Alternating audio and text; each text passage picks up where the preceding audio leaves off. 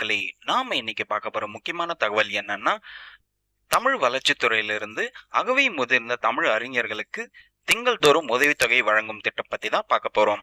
அதுக்கு முன்னாடி நம்ம சேனலை இன்னும் சப்ஸ்கிரைப் பண்ணிக்கலனா மறக்காம சப்ஸ்கிரைப் பண்ணிட்டு பெல் ஐகானை கிளிக் பண்ணிக்கோங்க.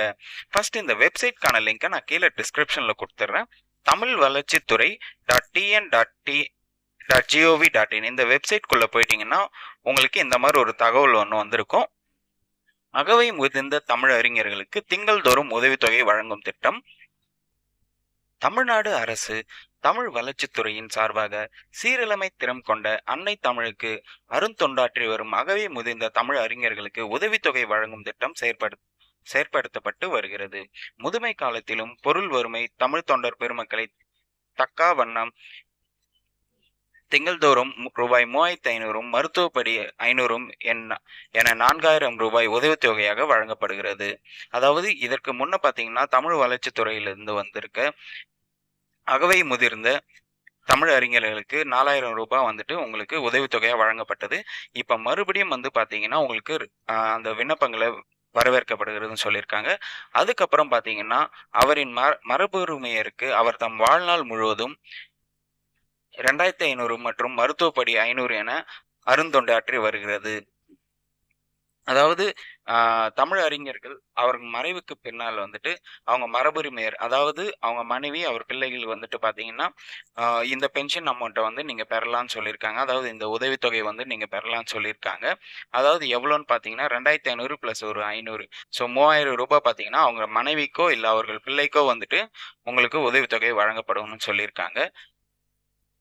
ஆல்ரெடி பாத்தீங்கன்னா 1334 அகவை முதிர்ந்த தமிழ் அறிஞர்கள் பயனடைந்துள்ளாருன்னு சொல்லியிருக்காங்க.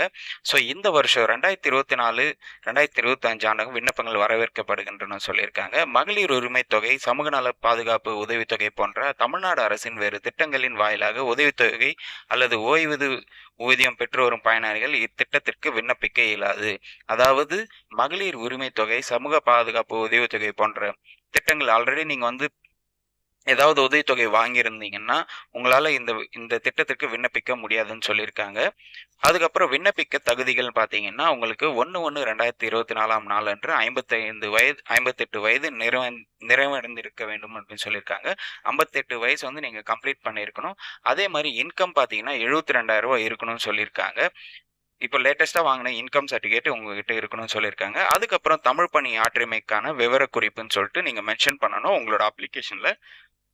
அதுக்கப்புறம் தமிழ் பணி ஆற்றி வருவதற்கான பரிந்துரை சான்று இறந்த தமிழ் அறிஞர்கள் பெற்ற விண்ணப்பத்துடன் இணைக்க வேண்டும். அதாவது ஆல்ரெடி தமிழ் அறிஞர்கள் இருப்பாங்க, அவங்க கிட்ட உங்களோட பரிந்துரை சான்று நீங்க கண்டிப்பா வாங்கியிருக்கணும்னு சொல்லியிருக்காங்க. அதுக்கப்புறம் பாத்தீங்கன்னா உங்களோட ஆதார் கார்டு, ரேஷன் கார்டு, அதுக்கப்புறம் மரபுரிமையர் கணவர் மனைவி இருப்பின் அவரது ஆதார் அட்டை நகல், அதாவது உங்களோட ஒய்ஃபு இல்லை உங்களோட பிள்ளைகளோட ஆதார் கார்டு எல்லாம் நீங்க இணைக்கணும்னு சொல்லியிருக்காங்க. ஸோ இந்த உதவித்தொகை பெற நீங்க எப்படி விண்ணப்பிக்கணும்னா மாவட்ட தமிழ் வளர்ச்சித்துறையில போயிட்டு நீங்க டைரக்டாகவும் வாங்கிக்கலாம். இல்லைன்னா தமிழ் வளர்ச்சித்துறை tn.gov.in இந்த வெப்சைட்ல போயிட்டு உங்களோட அப்ளிகேஷன் ஃபார்மை டவுன்லோட் பண்ணியும் நீங்க ஃபில்அப் பண்ணி அனுப்பலாம். அதுக்கப்புறம் சென்னையை சேர்ந்தவங்க மட்டும் நீங்க டைரக்டா இயக்குனர் தமிழ் வளர்ச்சி இயக்கம், தமிழ்ச்சாலை, எழும்பூர், சென்னை 6,08,000 அந்த அங்க மட்டும்தான் நீங்க அனுப்பணும்னு சொல்லியிருக்காங்க. மற்ற மாவட்டங்கள் பாத்தீங்கன்னா உங்களுக்கு அந்தந்த மாவட்டத்தில் இருக்கிற தமிழ் வளர்ச்சித்துறையில போயிட்டு நீங்க கொடுக்கணும்னு சொல்லியிருக்காங்க. என்னைக்கு லாஸ்ட் டேட் பாத்தீங்கன்னா 31/10/2024 நீங்க அப்ளை பண்ணணும்னு சொல்லியிருக்காங்க. ஸோ அப்ளிகேஷன் ஃபார்ம் நான் கீழே டிஸ்கிரிப்ஷன்ல கொடுத்துட்றேன். ஓகே மக்களே, இந்த வீடியோ உங்களுக்கு பிடிச்சிருக்கும்னு நான் நம்புறேன். இந்த வீடியோ நிறைய பேருக்கு ஷேர் பண்ணுங்க, லைக் பண்ணுங்க, மறக்காம நம்ம சேனலை சப்ஸ்கிரைப் பண்ணிட்டு பெல் ஐக்கானை கிளிக் பண்ணிக்கோங்க.